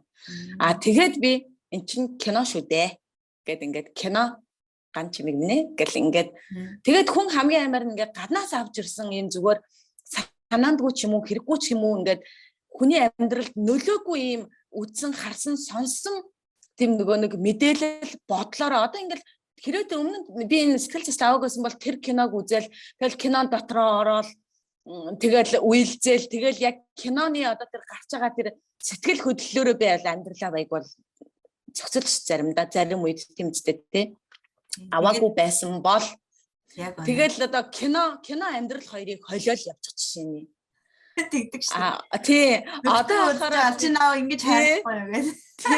Тий. Гэтэ ингэж гоё армантик байхад чи намайг ингэж арманч гэлсэнгүү гэл тий. Ингэж гоё тийм хүмүүс би сүрприз барьж ах чи намайг ингэж сүрприз барьсангүү гэд. Ингээд амьдрал кино хоёрыг жишээ нь ингээд холих жишээ нь. Тэгээд би одоо ингээд юм ойлгодог болсон юм чинь зүгээр эн чин кино шүү дээ. Амьдрал биш зүгээр зохиол зүгээр гаднаас орж ирсэн мэдээлэл гэд ингээд өөрөөсөө гаргах. Тийм. Тэгэж би ойлгосон. Үнэхээр сайн байна. Тэгэхээр яг нөгөө бодол мэдээж өнгөрснөөс улбаатайгаар чанд бодлууд орж ирж байгаа. Дээрэс нь хүний тарих бидний өнөөс нь бол юм антин. Ялангуяа бүр антин. Тэгээд хаана ямар үйлдэлд байна боёо. Одоо ухамсар чинь 9 төвшөнтэй байгаад байгаа шүү дээ, тий. Зарим нь 7. Хамгийн доод талын үйлдэл бол яадаг вэ гэхээр ичхүүр гэмшлийн төвшин гэдэг. Тэг ингээд дээшлэгдсэн хайр хамгийн дээд цэгтэй бол жинхэнэ хайр байдаг тий хайр гэгэрлийн төвшнүүд ингээд байгаа. Тэгэхээр айл төвшөнд байгаа дэн тэр төвшний мэдээллийг антин буюу тархаараа татаж өөртөө тэр мэдээллийнхлэр бодлогуудыг өөрлөгөө татаж авчираад идэг. Тэгвэл чиний үйлдэл дээшилсэн одоо нэг талаараа ухамсар чинь дээшлээд тэр ичхүүр гэмшлийн тойргоос гараад төвшнүүдээс гараад дээд үйлдэл рүү, хайрын үйлдэл рүү, бүтээлч байдлын үйлдэл рүү ингээд орцсон байгаа учраас тэр төвшний бодлуудыг өөртөө татдаг болсон. Тэгээ кино үзэнгүүтээ тэр доод төвшний бодлуудад автахын оронд өөрөөр хараад, зүрх сэтгэл чинь өөрөөр хараад энд чинь хайр байна штэ гэдээ дагаад ойлгоо.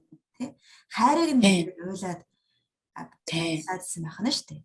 Тэгэхээр бодол хаанаас ирдэг вэ? Би энэ бодлуудыг яг энэ бодол бол бодит юм а гэх юм бол үгүй.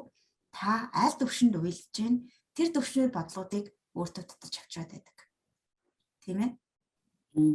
Энийг сонсогчд маань маш сайн ойлгоосоо гэж хүсэж байна. Одоохондоо тодорхой биш сонсогдож болно. Тэгэхээр одоо бид хоёр нэг цаг орчим ярилцчих шиг боллоо. Тэр зүйлийн төгсгөл хэсэг рүүгээ оръё гэж бодож байна. Сэтгэл зүйн суурь шалтгаанаа үнэхээр гаргаж ирдэг. Гэхдээ сэтгэл зүйн амьдралаа тэр чигээр нь авч явах одоо гол үндсэн ганц удаагийн сэтгэл зүйн бүх юмыг ингээд шийдэж чадахгүй. Тэрийг ганжмагч гэсэн мэдсэн тий. Тэгсэн. Үүн дээр нэмээд амьдралын бидний үйлдэлийн системийг одоо амьдралдаа яаж хандах вэ? Бодлоо яаж удирдах вэ? Сэтгэл хөдлөлөө яаж удирдах вэ? Харилцаа яаж удирдах вэ гэдэг юм үйлдэлийн тодорхой хэмжээний ядаж тийм суурь системтэй байх учиртай.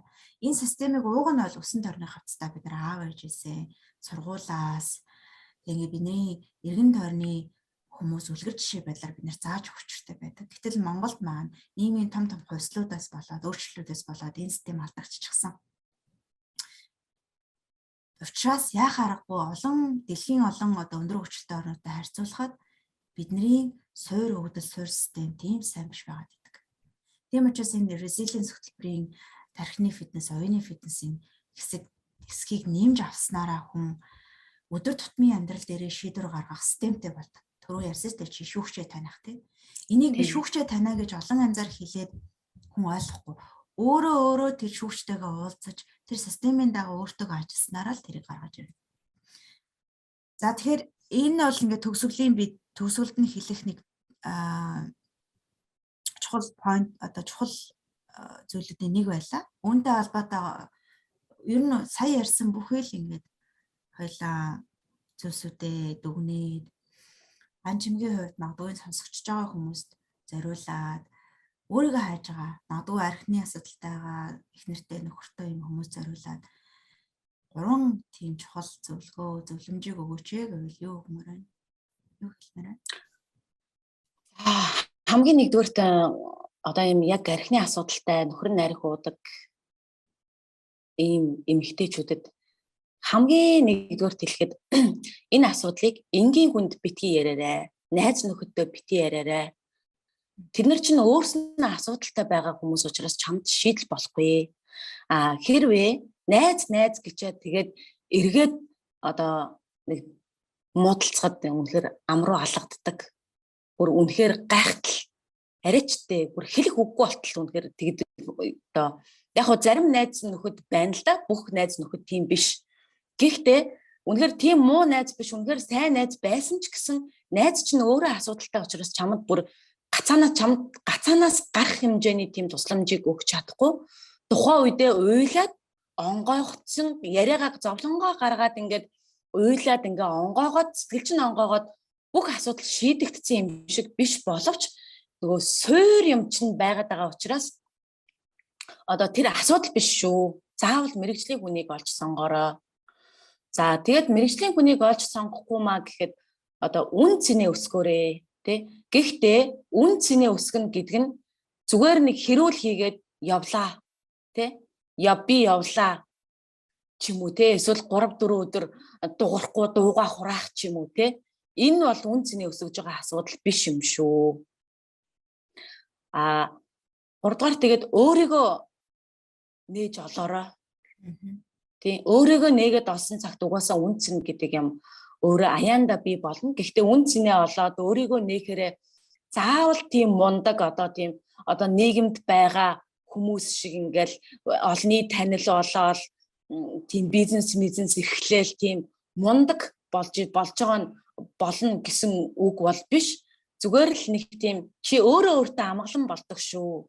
Тэ өөртөө амгалан болоод нэг тийм хорвоо амгалан юм шиг өөрийгөө олоод өөрийнхөө үн цэнийг олоод өөрийгөө хайрлаад тэгэхээр тийм зүгээр л хорвоо тэр чигээрээ амгалан юм шиг л санагддаг. Тий. Тэгээд заавал өөрийгөө олчлоо. Одоо жишээ нь манай Тэмүүлэн айгуу мундаг өөрийгөө олоод ингээд дотоод одоо бүтээлч байдлаа сэргсэн гээд ярьдэн штэ тий. Тэгээд одоо Тэмүүлэн шиг бас бүгд одоо тий өөрийгөө олохороо ч юм уу бүгд тийм юм хийх гэж ч юм уу зүтгээд өөрийгөө бас ингээд нэг хүчлээд ээж болохгүй. Би бас нэг хэсэг тэгэж үтсэн өөрөө тэр айгуу буруу байсан байхгүй. Би заавал ингээд нэг юм гаргаал заавал бусдад танигдах ёстой гэд.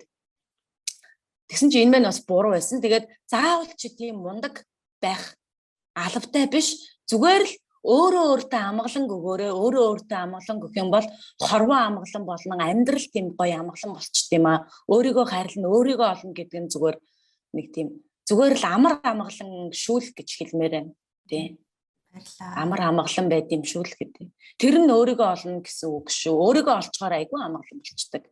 Тэгээд нэгэнт амгалан болоод өөрийгөө олцохоор тэргүү цаашаа явах одоо тий юу хиймээр байгаа чи юу хийх ёстой хүн бэ? Юунд дуртай вэ гэдэг чинь өөрөө чамд аяндаа ингээд гараад ирдэг зүйл учраас тэрэнд яарах хэрэггүй, адгах хэрэггүй. Тийм эхлээд зүгээр л дотоод амар амгалангаа олоорой л гэж хэлмээр. Гайхамшигтай тийм байна. Тэгэхээр чамаас сонсохлоор аз жаргалтаар мэдээж амжилт бүтээл, олны танил олох ч юм уу чимд байж болно. Гэтэ тэрүүгээр үнцнээ битгий тодорхойлоорой гэж байгаа юм. Тийм. Одоо ан чимээг сонсоход чи аз жаргалтайгаар амжилтыг бүтээгээд мадуу дотроо аль хэдийн бүтээж гисэн зүйлээ гадаад ертөнцид бүтээх гээл аз жаргалтайгаар амар амгалан өргөшөө. Одоо чи өмнө нь одоо нэг бүтээж зүйл хийгээд өөрийгөө нэгэ дуртай зүйлээ олоод явж байгаа шүү дээ тийм ээ. Энэ чамд ямар байна? За би бас дахиад бүр нэг анхныхаа жишээн дээр очмор санагдчихлаа. Анх багштай бол бүр хамгийн анхны сэтгэл зовлон аваад ингээд би ингээд юм хийх гэсэн чинь ингээд хийж чадахгүй байна гэд. Тэгсэн чинь багш чамд юу төсөөлөгдөж байна гэд надаас асуусан чинь надад нэг тийм юу байна.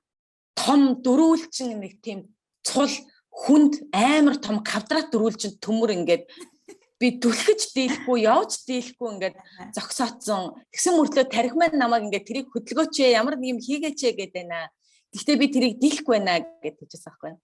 Тэгээд одоо болохоор тэр маань ингээд зүр ингээд мүлийсэн шарг болцсон.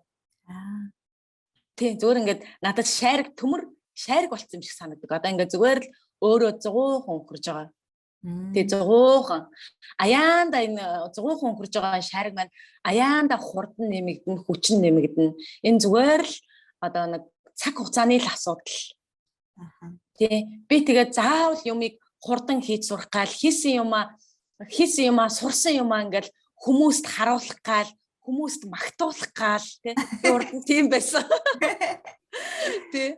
Одоо бол ерөөсө тэхэ болцсон зүгээр л энэ цаг хугацааны л асуудал. Энэ шарг угаасаа өнхөрдөг замаараа өнхрөх замаараа өнхөрж байгаа. Тийм тэгээд миний амжилтанд хүрэх нэрд гарах энэ зүгээр л цаг хугацааны л асуудал. Би зүгээр л хийгээл явна. Тийм. Тийм. Тэр заавал хамгийн шилдэг нь амжилтанд хүрэхгүй байсан чи үнцэнтэй аз жаргал хүн амар амгалан хэвээрээ. Тийм хэвээрээ байна. Тэгээд хамгийн нэг гоё юм бас эндээс нэг ойлгосон юм нь хүүхдтэй би одоо өөрийнхөө хүүхдийн далд ухамсарыг бүтээж байгаа хүн байхгүй юу? Миний бүр амар чухал ойлгосон юм. Би өөрийнхөө хүүхдийн далд ухамсарыг бүтээж байгаа. Тийм учраас намайг баг байхад миний амьдралд ирсэн далд ухамсарыг би хүүхдтэй өглүүлж болохгүй. Байх юм шиг. Тийм учраас би одоо энэ яг өөрчлөгдсөн энэ бодол, өөрчлөгдсөн энэ аз жаргал, хайраар хоёр хүүхдийнхаа далд ухамсарыг бүтээж байгаа. Би хоёр хүүхдтэй хайр өглүүлж байгаа. Ямар гоё. Тэгээд би өөрөө ингээд 100хан одоо ингээд хүүхд минь ингээд ямар нэг юм хийж чадахгүй болохоор ингээд хадгадаг байхгүй ингээд. Тэгэхээр миний хүү тайван үзээ. Болно. Миний хүү эвийн олоо. Эргүүлж тойруулаад үзээ. Ээжийн хүү чадна. Бити адах тайван бай. За тайвшир. Одоо эндээс нь хоёлаа үзээд иж. Чи ингээд үзтээ. Тэг би ингэж ярьдаг болцсон. Өмнөөс нь бол чи юм хийм чадахгүй байхтай ядیں۔ Гэл би тэг цаг. Ингээд хийчих штэ. Тий. Одоо бол тэгэхгүй ээж хүн ингэдэг байхгүй. Тэгээд энэ нь миний ингээд хүүхдээ өглөөлж байгаа хайр, хүүхдийнхаа далд ухамсарыг бүтээж байгаа. Яг байна. Хамгийн хөрөнгө оруулалт. Тий. Тийм учраас би мэдээж амжилтанд хүрэхийг хүсэж байгаа. Гэтэ энэ бол цаг хугацааны асуудал. Би сурах юмаа сураад явна. Энэс хамгийн бас чухал зэрэгцүүлээд явах хэрэгтэй юм. Амжилт гэдэг юмнаас гадна зэрэгцүүлээд явах хэрэгтэй юм. Үр хүүхдэд өглөөлж байгаа хайр, үр хүүхдийнхаа дотор өглөөлж байгаа, бүтээж байгаа далд ухамсар гэдэг маш хүчтэй. Далд ухамсар гэдэг би өөрөө мэдрээд ингээд яг одоо учрыг нь олцсон явж байгаа болохоор би хүүхдийнхаа далд ухамсарыг зөв бүтээял гэж бодож байна. Маш сайхан. Тийм.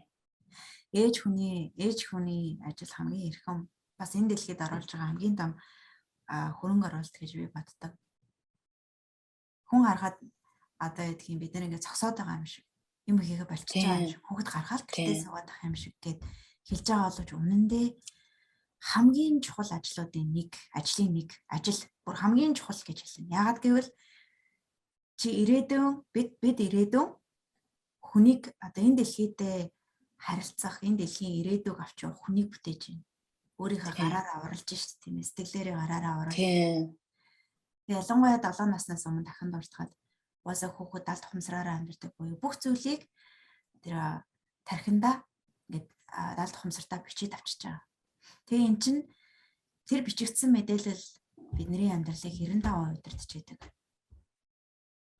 7 наснаас өмнөх амьдрал бол яах нь 8 наснаас өмнөх амьдрал бол далд ухамсарын ихэнх мэдээллийг эзэлнэ. Тэгээд 95%-ийг нь удирдах. Мэдээж битүүрийн яриаг ч гэсэн ингээд далд ухамсар ингээд одоо хорон бүрийг л бичээд явж байгаа л та тийм ээ.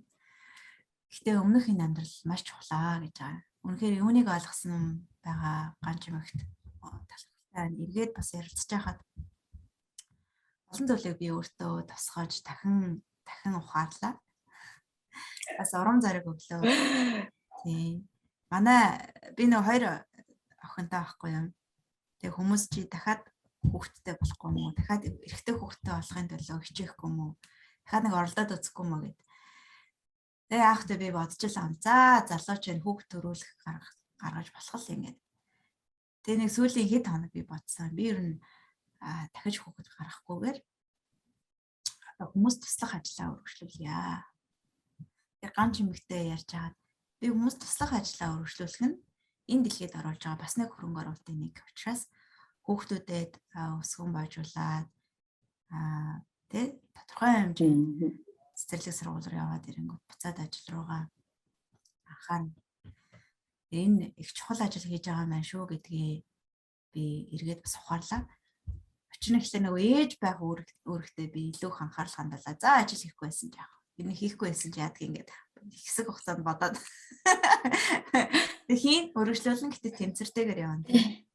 Тий. Багшийн хэлж байгаа бүр үнэхээр үнэн. Тэгээд ялангуяа манай Монголын нийгэмд ийм архины асуудалтай гэр бүл бүр эмэгтэйчүүд маш их байдгийг би бүр багшийн нэг зүүм анх бүр багшийг нөгөө олох гэж байхдаа зүүм уулзалтын дээрээс яг мэдэрчээсэн.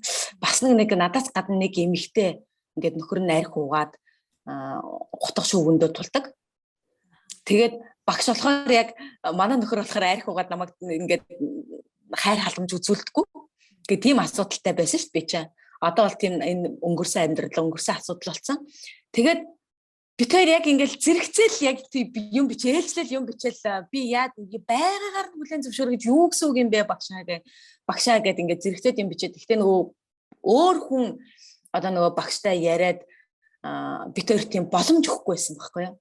Тэгээд би энэ ерөөсөө л энэ байгаагаар нь хүлэн зөвшөөрнө гэдэг юмыг л ерөөсөө би ойлгохгүй байна. Гэхдээ би яг байгаагаар нь хүлэн зөвшөөрнө гэдэг юмыг өмнө нь бас нэг хүний подкастнаас би бас сонссон байсан. Тэгээд багшийн хоёр дахь нь байсан. Тэгээд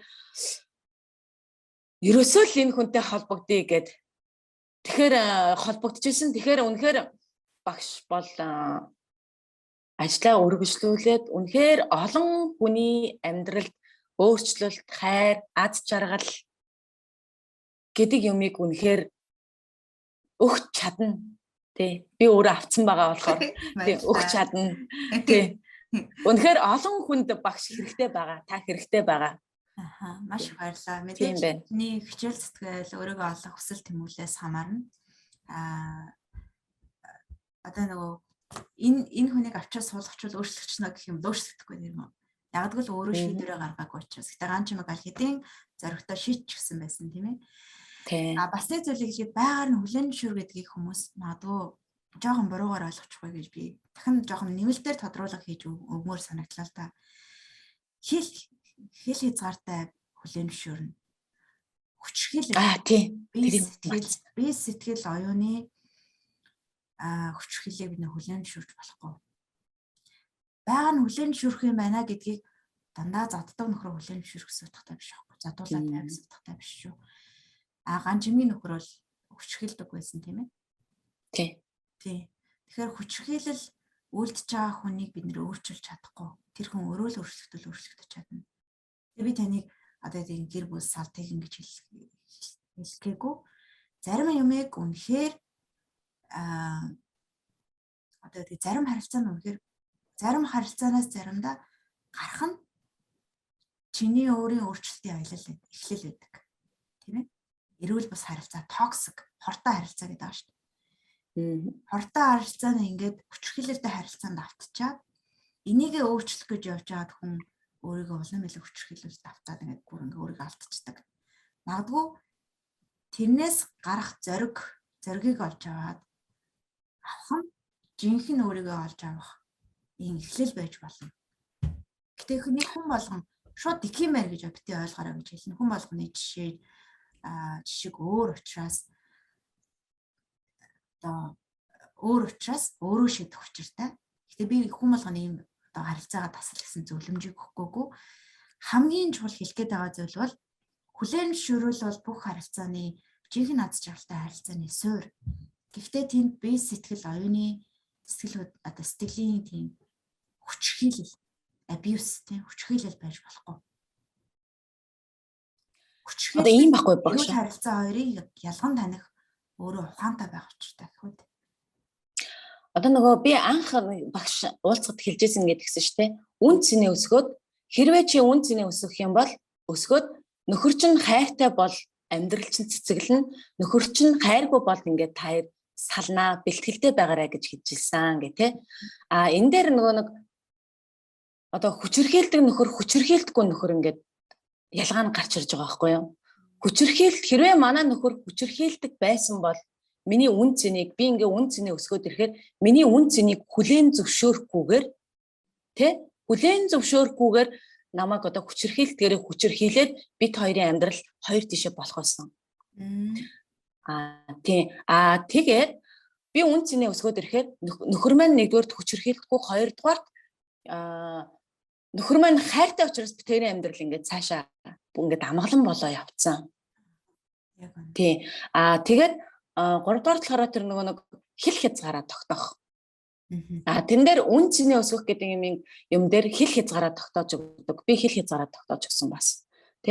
Нэг арх угаад согтуу ахт нь өглөөд ямар ч нэмэргүй шүү дээ. Маргааш өглөөн нь айгүй хатуу чанга байр суурин дээрээс надад үнэхээр чиний юм чинь таалагдахгүй байна. Би одоо ингээд чи үнэхээр хайртай бол амьдрий гэж бодож байгаа бол одоо ингээд энийг бол гэд ерөнхийдөө нэг иймэрхүү утгатай юм ингээд зүгээр хатуу чанга байр суурин дээрээс өөртөө хайртай байр суурин дээрээс айдас гэдэг юм дарж байгаа хэлсэн. Одоо жишээ нь хүчирхийлдэг хүмүүс бол айгүй айдастай байгаа шүү дээ. Би болохоор бас хоёр нялх найтан хүүхдээ ингээл нөхөр мөхрөөсөө салаад хаягчуудыг гэсэн айдас байсан тухайн үедээ. Гэхдээ айдас гэдэг юмыг даваад өөрийнхөө үн цэнийг хатуу байр суурин дээрээс хэлж өгсөн. Би айжсэн ч гэсэн хоёр хүүхдээ ингээд салцгүй дээ. Одоо тэгэхээр хүчирхийлүүлдэг нөхөртэй хүн эмэгтэй болвол дахиад намайг зодчихгүй дээ, бүр илүү зодчихгүй дээ гэсэн айдастай л байгаа мэдээж тий. Тэгээд ямар ч байсан зориг гаргаад үн цэнээ харуулад тэгээд үнэхээр тэгэл нөхрийн чинь байр суурь ямар байна тэндээс тэгэл амьдрал чинь цэцгэлгүй яах вэ гэдэг нь л шийдэгдэн дээ. Би тэгж л бодож. Тэгээд айдас гэдэг юм угаас алга болдгоо. Тэрийг давах хэрэгтэй. Тийм зүгээр л даваад миний бас нэг олж авсан юм нь би айдасаа зүгээр сүудэртэй хийцэн. Айдас гараад ирэхээр айдас шүү дээ. Чи сүудэртэй байж чи угаасаа сүудэр талын сэтгэл хөдлөл шүү дээ. Тэг. Би шууд тэгээд айдастайгаа ярьдаг. Тэг. Шөмжлэгч ч гэсэн гараад ирвэл чи шөмжлэгч шүү дээ. Чи сүудэр талд байдаг шүү дээ. Чи сүудэртэй л байж. Зүгээр намайг дагаал миний сүудэрт л явж. Гэт би ийм юмнууд бас хийсэн шүү тий. Тэрнээс бүр айха болцсон бол биш. Айдас гарч ирдэг. Тэнгүүт айдас гарч ирээд айдсан бодол орж ирэнгүүт айдас байна. Энд чи хийсвэр. Айдас зөөр сүудэрлөгөө ордоо гэл. Тэгээд тэндээ орон зайг нь олгоод өгчихсэн байна шүү дээ. Тий, орон зайг нь гаргаад өгсөн гэх юм уу. Өргөжлүүлэл яриал амар зөндөө их гайхамшигтай ухаарлууд, ойлголтууд байна. Ганжимгэрээ үнэхээр барах чинь ч гэсэн өөрөөрөө их барах байгаа ах тийм ээ. Тэгээ энэ ярианаас хүмүүс зөндөө олон зүйлийг ойлгож аваад өөртөө тусгаж аваад өөрийгөө харах, өөрлөгөө өнгөхийн аяллаа эхлүүлэх байхаа гэж би бодож байна. Би ч гэсэн зөндөө олон зүйлийг ойлголоо. Тэгэхээр цаг гарan болцсон байна. Ингээд хоёулаа яриагаа өндөрлөе. Хэрэв Ганжимгтэй маань ярилцъя гэж бодож байгаа бол манай Sage Mongols гэх групп байдаг. Тэрнлөө орж иж болно. Гэтэ би энэ группээ бол зөвхөн үйлчлэгээ авсан хүмүүстэй л хадгалдаг л та. Тэгээд сар болгон хүмүүстэйгээ өнгөө уулзалт хийдэг болохоор тогтож байгаа. Энэ мэт ингээд өөрхөн гоё өөрчлөлтүүдийг, сайхан өөрчлөлтүүдийг амссан сэтгэл нэгтэй үнэхээр дээд үйлдэл рүү орж байгаа дээд үйлдэл байгаа хүмүүс маань хоорондоо ярилцдаг, сэтгэл зүйн аюулгүй орчин бүрдүүлдэг хамт олон бий болох гээд хичээж байгаа. Би сүүлийн нэг хормыг чамд үлдээ гэж бодлоо. Сонсож байгаа хүмүүст юу гэж хэлээд төгсгөө гэж бодож байна. Түрүүн бараг хэлсэн баха 3 юм байх юм 3 юм. Бүх юмаа хэлчихлээ тий. Ер нь бүх юмаа л хэлчихлээ. Тэгээд ямар ч байсан бүр хамгийн сүүлд зорж хэлэх юм үнэхээр асуудлаа мэрэгжлийн хүндэл хэлээрээ. Тэр нь зөв гарцшуул гэж би бүр чин сэтгэлээсээ хэлмээр байна. Хамгийн зөв гарц. Тэгээ битийн нуугаараа хүмүүс маш их нуудаг тий. Нэг олгоо хагаравч тогоондоо энэ бүр маш муухай буруу. Тэр чинь тэгээд нуугаал зовоод яваад гэсэн үг байхгүй юу? Тийм тэр ерөөсө буруу. Өөрийгөө хайрлаарай. Тэр чинь өөрийгөө хайрлаж байгаа үг биш шүү. Тийм бити нуугаарай, бити ичээрээ зүгээр мэрэгжлийн хүнд хандах юм бол бити ичээрээ чин сэтгэлээсээ хамаг юма яриарай. Бусад хүнээс бол ичиж айж болно. Яг чин сэтгэлээсээ гацаанаас гарыг гэд мэрэгжлийн хүнд хандсан бол бүх юма яриарай л гэж хэлмээр. Баярлалаа. Уулзах учиртай болоод хоёлаа уулзжээ. Тэгээд уулзах учиртай хүмүүс тандаа зөндөө олон өөрчлөлтийг амсаж байгаа зөндөө олон хүмүүс байгаа хаа. Тэгээд ганц эмэгтэй үйлчлэгээ үзүүлсэндээ бас хамт энэ аяллыг туулж яваадаа үнэхээр бахархаж байна. Бас баяртай байна. Зөндөө олон зүйлийг чамаас сурсан шүү. Амьдралын олон өнгийг надад нээж өгсөнд баярлалаа. Багштай ч гэсэн баярлалаа. Өнөөдөр ингээд амар тайвнаар, амар аз жаргалтайгаар, амар инээмсэглэлтэйгээр ингээд амар гоё ярьж чаддаг болсон байгаа да. Би кино үзээд зүгээр хасгардаг болсон. Өмнө би бүр ерөөсөө уйлдаггүй. Бүр ингээд таг төвжирсэн байсан. Тэгээд маш гоё юм. Зүгээр л би маш зүгээр л гоё юм. Тийм багштай бас баярлалаа гэж хэлмээр байна. Тийм. Яг одоодоо амьдарч байна гэх юм уу тийм. Одоо яг юм гоё байгаа маань надад үнэхээр кайфтай аз жаргалтай байна. Тэгээд ийм гоё юмыг надад нээж өгсөн маш богино хугацаанд би бас йогийнхоо багштай энэ тухай ярьсан чинь ямар сони би ганч ингээ яаж ингэж ийм хурдан чи энийг ойлгох ч вэ гэж гайхаад байсан. Багшаа яриул айгүй урт удаа юм байна. Тэгээд өнгөрчсөн. Тэгээд үнэхээр тийм зах цухаасан ярьсан. Тэгээд манай йогийн багш би наадах чи амар олон жил болж ойлгосон шүү дээ. Би 5-6 жил йогоор хичээлж ойлгосон шүү дээ. Чи яагаад ингэ ойлгоч вэ гэж гайхаад. Тэгээд үнэхээр багштай баярлалаа. Ингээд ийм гоё юмыг ингэж надад амьдралын аз жаргалыг мэдрүүлж байгаа ч юм уу те. Өнөөдрөөрөө амьдрахад ингээд ойлгуулж өгсөнд ч юм уу багштай үнэхээр баярлалаа. Намайг анх хандгад үнэхээр 100% ингэж гоё нээлттэй бас хүлээж авч өгсөнд. За мэдээж над руу хүмүүс ханддаг. Гэхдээ бүх хүн ингээд цаг гаргаж өгч чадахгүй байгаа шүү одоогоор. 2 наснаас доош 2 хүүхэдтэй. Өөрөө нойр дотоо. Хүүхдэд ганцаарыг ороход хүнд цаг өгч чадахгүй шүү. Тэгэхээр одоогоор бол бүтэн цаг одоо бүрэн цагаар ажил руугаа буцаж ороогүй хаяа нэг юм уулзтлууд хийгээл яваад байгаа учраас над руу цаг авъя гэж ганцаарчтай уулзалт хийе гэж хандах юм бол би цаг өгч чадахгүй байгаа шүү. Тэгэхээр уучлаарай. Гэтэ би даасан хөтөлбөрүүд ингээд явж байгаа. Тэрлөө эсэж ороод өөртөө цаг гаргаад ингээд сэтгэл зүйч гэсэн аваад явах боломжтой. Тэрүүгээр үзээд магадгүй тэр хөтөлбөрүүд ингээд өөрөө бие дагаад үзээд өөрчлөлтүүдийг амсаж байгаа ч гэсэн хүмүүс байгаа шүү гэж хэлмээр байна. Ганцхан одоо болормоо шийдтээ нэг удаа ууз тэгээд өөрчлөлт гэвэл бас үгүй. Зөндөө олон дэмжлэг хэрэгтэй.